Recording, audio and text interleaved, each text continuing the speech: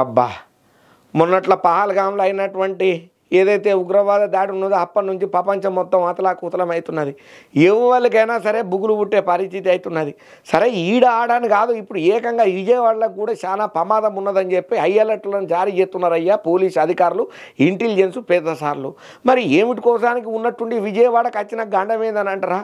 వార్త తెచ్చిన పురాగా మీరే చూడుండ్రి. ఇక జమ్మూ కాశ్మీర్లో పహల్గాం ప్రాంతంలో అయినటువంటి ఉగ్రవాద దాడి ఏదైతే ఉన్నదో దేశవ్యాప్తంగా పెద్ద కలకలమే సృష్టించిందన్న సంగతి మనకు ప్రత్యేకంగా చెప్పాల్సిన పని లేదు. అయితే ఈ దాడి నేపథ్యంలో దేశంలోని అనేక నగరాలలో పోలీసు విభాగాలు గట్టిగానే అప్రమత్తం అవుతున్నాయి.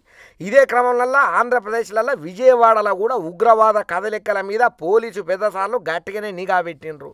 ఉగ్రవాద ప్రభావిత ప్రాంతాలలో భద్రతను కట్టుదిట్టం చేసిండ్రు. కేంద్ర నిఘా సంస్థలు ఇప్పటికే 2 నెలల క్రితమే విజయవాడను టార్గెట్ గా ఉంచుకొని ఉగ్రముప్పు వంచి ఉండొచ్చని చెప్పి హెచ్చరికలను జారీ చేసినాయి. ఇక ఈ హెచ్చరికల నేపథ్యంలోనే నగరంలో ఉన్నటువంటి కొందరు వ్యక్తుల మీద పోలీస్ శాఖ నిఘా వేయించింది. తాజా సమాచారం ప్రకారం సిమి తీవ్రవాద సంస్థకు మద్దతు పలికే 4 అనుమానితులను కూడా అధికారులు ఎరకబట్టినట్టు తెలుస్తున్నదయ్యా. ఇక ఈ 4ని పట్టుకోవాలనే ఉద్దేశంతోనే నగరంలో ఉన్నటువంటి గొల్లపూడి, అశోక్ నగర్, లబ్బిపేట ప్రాంతాలలో పోలీసులు విస్తృత సెర్చ్ ఆపరేషన్ చేపట్టిండ్రయ్యా. వాళ్ళ కదలికల మీద కూడా పక్కా నిఘా పెట్టిండ్రు. విచారణలో ఇంకా 4 సిమి అనుచరులు విజయవాడ తలదాచుకున్నట్టుగా తెలుస్తున్నదయ్యా.